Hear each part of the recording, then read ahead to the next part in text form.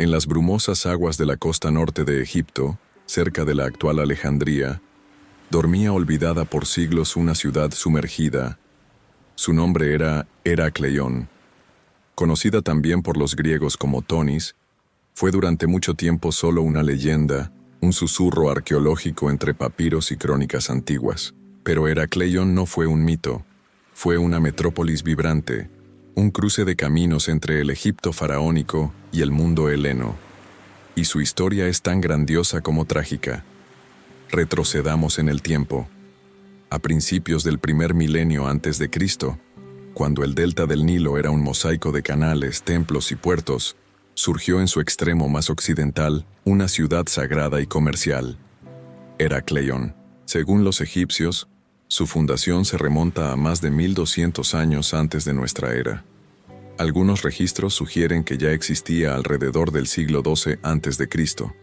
Fue erigida sobre islotes en la desembocadura del Nilo, conectada por puentes, con dársenas, muelles, canales internos, templos colosales y mercados bulliciosos. La ciudad era conocida por los egipcios como Tonis. Heracleión era el nombre que le dieron los griegos más adelante, en honor al semidios Heracles, Hércules para los romanos, quien, según el mito, visitó la ciudad y recibió honores divinos. Esta fusión de mitología y geografía consolidó a Heracleión como un lugar de leyenda viva. Durante los siglos VIII al VI a.C., Heracleión se convirtió en la principal entrada marítima de Egipto, mucho antes de la fundación de Alejandría por Alejandro Magno. Todos los barcos que venían del Mediterráneo tenían que pasar por Heracleión para acceder al interior de Egipto. Su puerto, su canal central y sus templos cobraban tributos, controlaban las aduanas y garantizaban el orden entre culturas tan distintas como la fenicia, la griega, la chipriota o la siria. El corazón espiritual de Heracleión era el templo de Amon-Jereb, donde faraones como Nectanebo I, en el siglo IV a.C., acudían a realizar rituales de coronación. Aquí también, según algunas versiones del mito, fue donde Cleopatra Sepne, la última reina de Egipto, tuvo contacto con los dioses antes de asumir el trono. Pero mucho antes que ella, los comerciantes griegos llegaban con cargamentos de aceite, vino, cerámica y metales, y a cambio recibían papiros, lino, vidrio y grano egipcio. Esta fusión cultural dio nacimiento a una sociedad cosmopolita, con templos dedicados tanto a Isis como a Deméter, tanto a Osiris como a Heracles.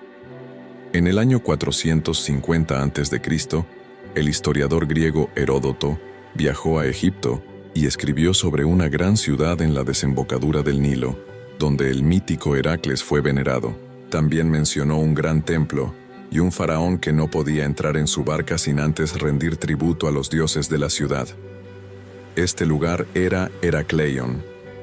Aunque sus palabras fueron durante siglos tomadas como alegoría, sus descripciones cobraron valor arqueológico siglos después. Anecdóticamente, se cuenta que cuando Alejandro Magno llegó a Egipto en el año 332 a.C., se detuvo en Heracleión antes de fundar Alejandría.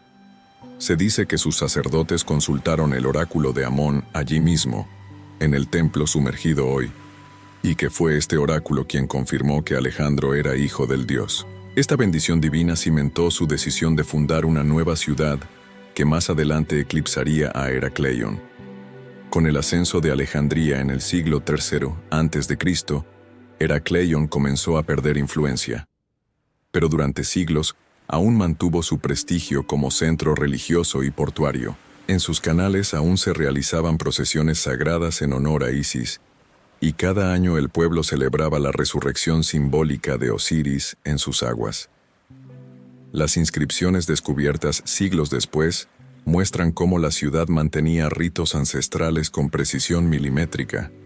Había sacerdotes, escribas, marineros, artesanos y comerciantes de muchas lenguas y credos. Era una ciudad de puentes y dioses, de redes comerciales y misterios celestiales. Pero nada es eterno. La tierra bajo Heracleión comenzó a cambiar. El delta del Nilo, inestable por naturaleza, comenzó a moverse. El terreno sobre el que se alzaba la ciudad estaba compuesto por sedimentos saturados de agua, un fenómeno geológico llamado licuefacción, provocado probablemente por una combinación de terremotos, sobreconstrucción y cambios en el nivel del mar, fue debilitando las bases de la ciudad. En el siglo II a.C., Heracleion empezó a hundirse lentamente en el Mediterráneo. Las avenidas de piedra fueron tragadas por el agua, los templos colapsaron, los canales se convirtieron en lagunas salobres. En los siglos siguientes, Heracleion desapareció de los mapas, de las crónicas, de la memoria. Solo sobrevivió en mitos, en papiros confusos y en leyendas orales. Nadie sabía si realmente había existido. Pasaron más de 1800 años. En el siglo VIII después de Cristo, los últimos vestigios de Heracleion ya yacían completamente sumergidos. El mar y el lodo la ocultaron como a un secreto bien guardado. No fue hasta finales del siglo XX que volvió a respirar. Durante más de 1000 años, Heracleion permaneció sepultada bajo el mar. No quedaban columnas ni ruinas visibles en la superficie. Solo los nombres Tonis y Heracleion, dispersos en papiros antiguos y crónicas griegas, sugerían que alguna vez existió una ciudad majestuosa donde hoy solo había mar abierto y bancos de arena sumergidos. Algunos la confundían con Canopo. Otros creían que no era más que un mito alimentado por la nostalgia helenística. Fue en el siglo XIX cuando el interés por la ciudad perdida comenzó a revivir. Exploradores, egiptólogos y arqueólogos británicos y franceses estudiaron viejos mapas y textos clásicos. Algunos afirmaban que Heracleion se encontraba bajo las aguas cercanas a Abukir, al noreste de Alejandría, pero no había pruebas. El lecho marino del delta era traicionero, lleno de limo y corrientes turbias. Todo intento de exploración era como buscar una aguja en un desierto sumergido. Pasaron más de 100 años de hipótesis y suposiciones. No fue hasta finales del siglo XX que la ciencia y la tecnología permitieron un avance real. Y así, en el año 1996, un arqueólogo submarino francés, Franck Godiot, emprendió una búsqueda que cambiaría la historia. Con apoyo del Instituto Europeo de Arqueología Submarina y el Consejo Supremo de Antigüedades de Egipto, Godiot lanzó una expedición ambiciosa para explorar las aguas frente a la bahía de Abukir.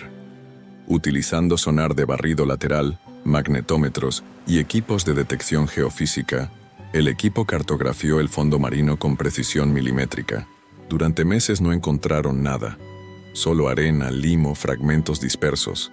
Pero en el año 1999, el escáner reveló algo asombroso: estructuras rectilíneas, alineaciones que no podían ser naturales, columnas, bloques, estatuas colosales, un mundo sumergido. Los buzos descendieron y confirmaron lo impensable. Allí, a más de 6 metros bajo el nivel del mar, yacía Heracleion. Emergieron primero fragmentos de estatuas monumentales, un coloso de Hapi, dios de la fertilidad del Nilo, de más de 5 metros de altura, tallado en granito rojo.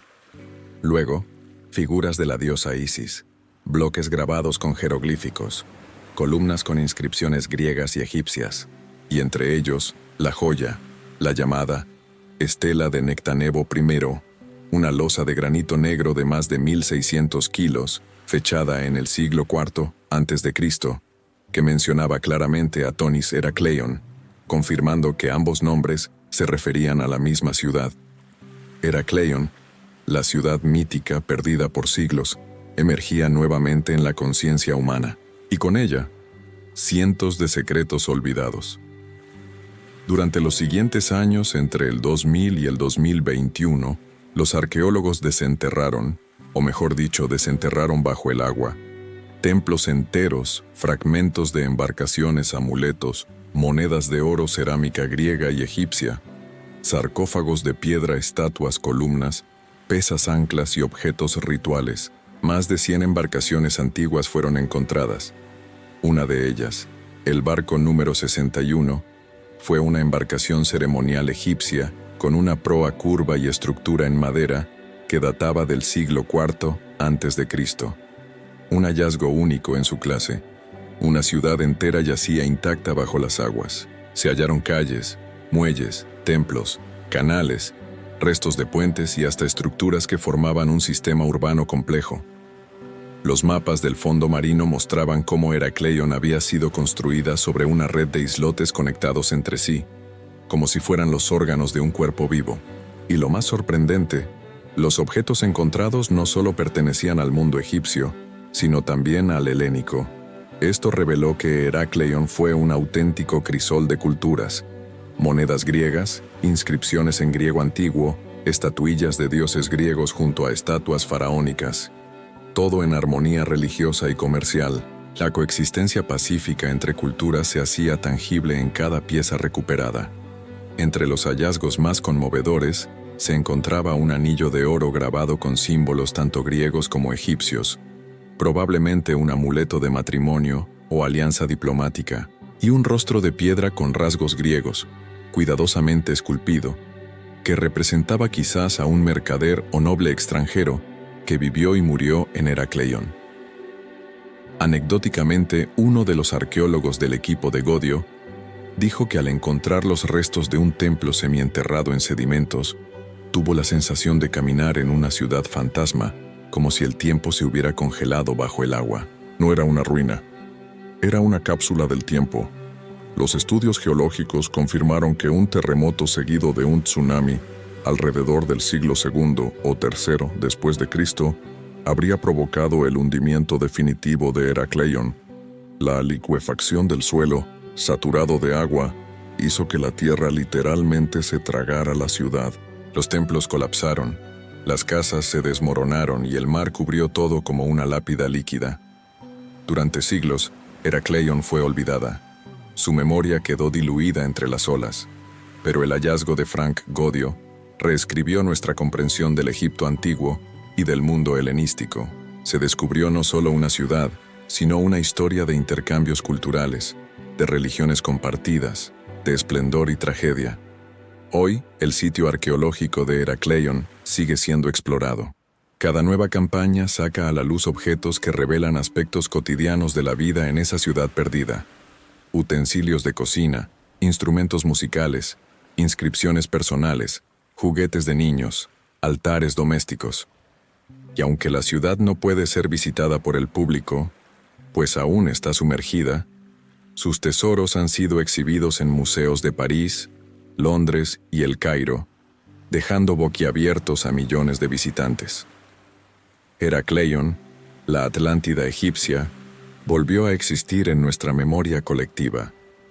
Pero aún queda una pregunta: ¿cuánto más queda bajo las aguas? La historia de Heracleion, ciudad de dioses y mercaderes, de templos sumergidos y estatuas colosales, no terminó con su descubrimiento moderno.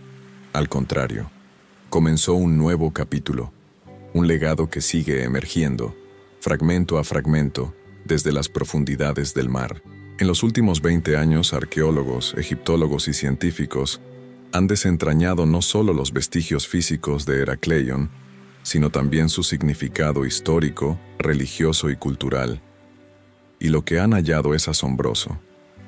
Heracleion no fue una ciudad más, fue un nexo, un punto de confluencia donde el Egipto faraónico y el mundo griego se encontraron no con armas, sino con palabras, con comercio, con fe. Fue la antesala del sincretismo que más tarde caracterizaría a la dinastía ptolemaica y a la propia Alejandría. Uno de los hallazgos más reveladores fue una serie de placas y estelas en las que se detallaban rituales religiosos compartidos. En ellas, Isis era venerada como una diosa madre tanto por griegos como por egipcios. Su templo en Heracleion se convirtió en un centro de peregrinación, especialmente durante la celebración de los misterios de Osiris, una festividad que duraba varios días y cuya procesión partía desde allí hacia Canopo, siguiendo canales sagrados. Este dato, confirmado por textos y restos ceremoniales hallados en el fondo marino, da prueba de una devoción que cruzaba lenguas y culturas. Además, las más de 100 embarcaciones recuperadas de Heracleion no solo fueron barcos de comercio. Algunas eran naves rituales, construidas con una arquitectura específica para ceremonias religiosas. Una de ellas, hallada en 2013, tenía grabados de símbolos sagrados que indicaban su uso en el culto a Osiris. Nunca antes se había encontrado una embarcación sagrada tan bien conservada. Y aún más revelador, en los años recientes, nuevas prospecciones geofísicas han detectado extensiones adicionales de la ciudad aún inexploradas, bajo capas de limo y arena. A más de 300 metros de los restos ya estudiados, se sospecha la existencia de barrios completos, quizá incluso otros templos y mercados.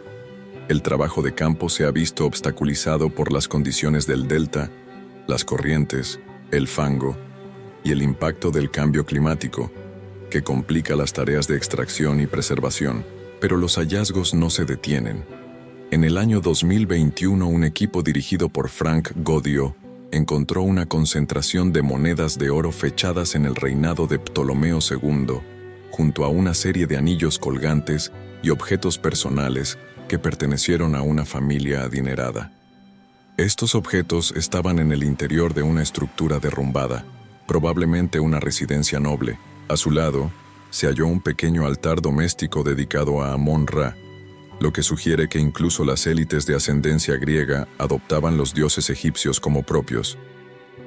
La arqueología submarina no solo resucitó a Heracleion, también revolucionó el modo en que entendemos el contacto entre civilizaciones. Se descubrió que, en muchos aspectos, Heracleion fue un modelo de convivencia, de intercambio mutuo, incluso de fusión espiritual.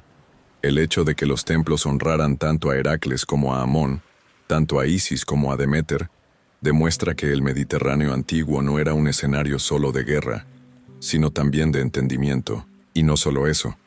El diseño urbano de la ciudad, reconstruido digitalmente en los últimos años, ha revelado un sistema hidráulico avanzado, canales interiores, esclusas, drenajes. Heracleion fue, sin duda, una ciudad ingeniosa. Su construcción sobre islotes fue una obra maestra de la ingeniería hidráulica del Egipto antiguo. Un equilibrio frágil entre tierra y agua, entre civilización y naturaleza. Un equilibrio que, al romperse, selló su destino. A nivel simbólico, Heracleion también ha sido llamada la Atlántida egipcia. Y no solo por estar sumergida, sino por la forma en que desapareció.